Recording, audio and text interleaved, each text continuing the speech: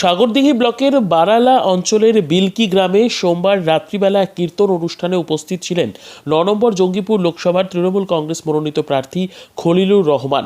এই কীর্তন অনুষ্ঠানে কিছু সময় কাটান এবং কর্মকর্তাদের বিভিন্ন বিষয় নিয়ে আলোচনা করেন। ব্যুরো রিপোর্ট, দিনরাত স্টার নিউজ।